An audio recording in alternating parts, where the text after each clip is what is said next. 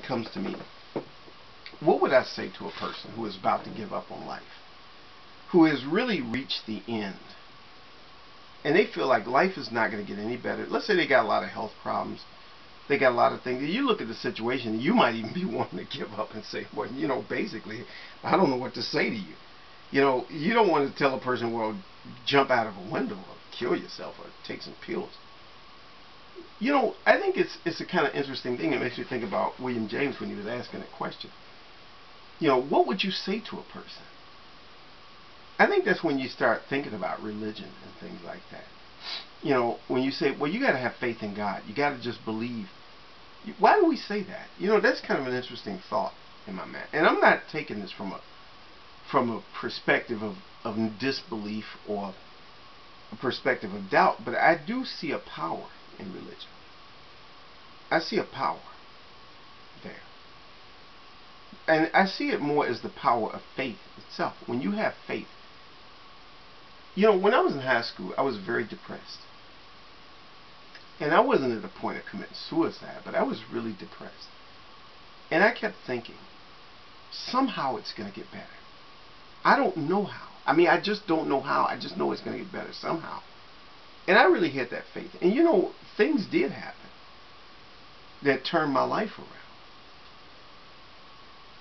Things happened that turned my life around. So that those statements I made, that things are somehow going to get better, turned out to be true. Things did get better. I think that faith, sometimes it is this funny type of thing where you have to believe something even when there's no evidence. Even when the evidence even seems to go against you. All indicators is that things are just going to get worse and worse and worse. And you just got to hang in there. You just got to keep believing, and you have to just not give up.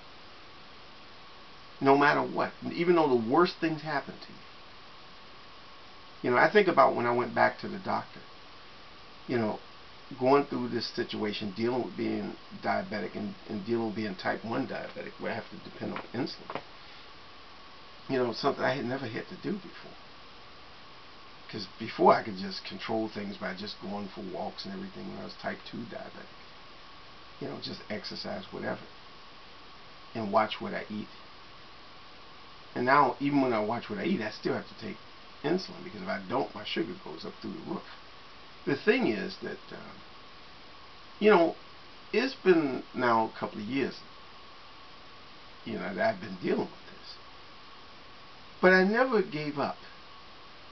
And I never give up. I have faith. I just believe in it.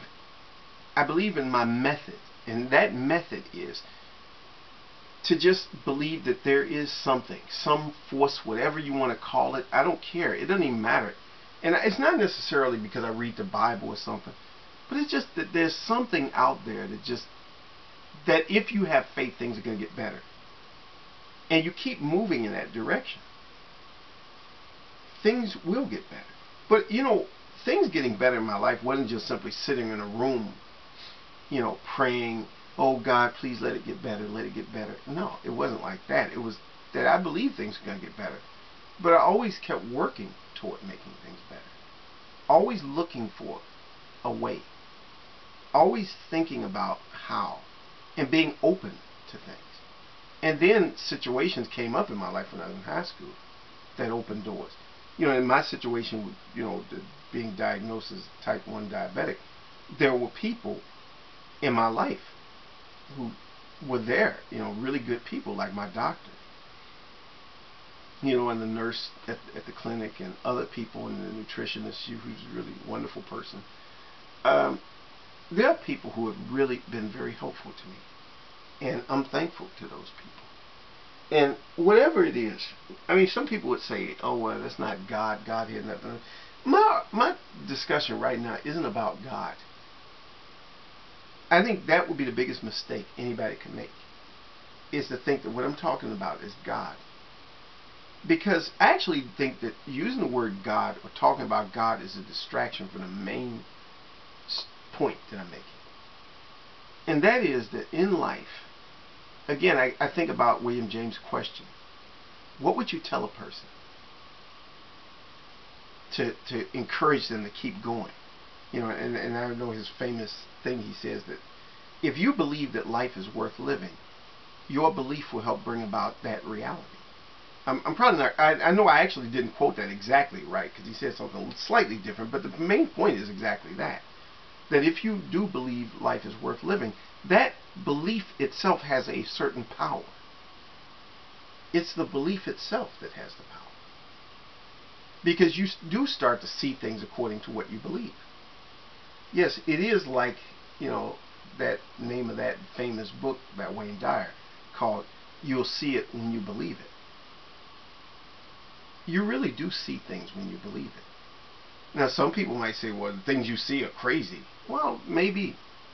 But, you know, if it keeps you going where you otherwise would have given up, then to me, I'd rather be crazy and keep moving forward and making progress in my life. You know, because ever since I've been going to the doctor, I have not been depressed. I've been always keeping a positive attitude, upbeat, you know. And when you are positive, you tend to sort of stimulate positiveness in the people around you. So you're surrounded by positive energy. And I like to say the word positive energy. You know, you are surrounded by positive energy. I do believe that. You know, I think that you have to stay positive. You have to always keep a positive view and a positive outlook. So I'm not getting into a debate with anybody about anything. I'm just simply saying be positive. Even if you're an atheist, be positive. You know, you just have to believe in something that you can't take in through your senses. You got to believe in something that is beyond the physical. That there is a kind of purpose. Even if you can't tell exactly what it is. You know, I think the problem is, for many of us, we get a little bit too rational. We have to know it. We have to see it. We got to look at it in a microscope. We got to see it in a telescope. We got to measure it with some type of meter. And if we can't do that, it doesn't exist. Well, if believing in things that can't be measured or seen with the senses, if that makes you crazy, then I am crazy, and I even admit it. If that's the criteria for being crazy. But it gives my life purpose and meaning. And that's my message, really. That's all I got to say.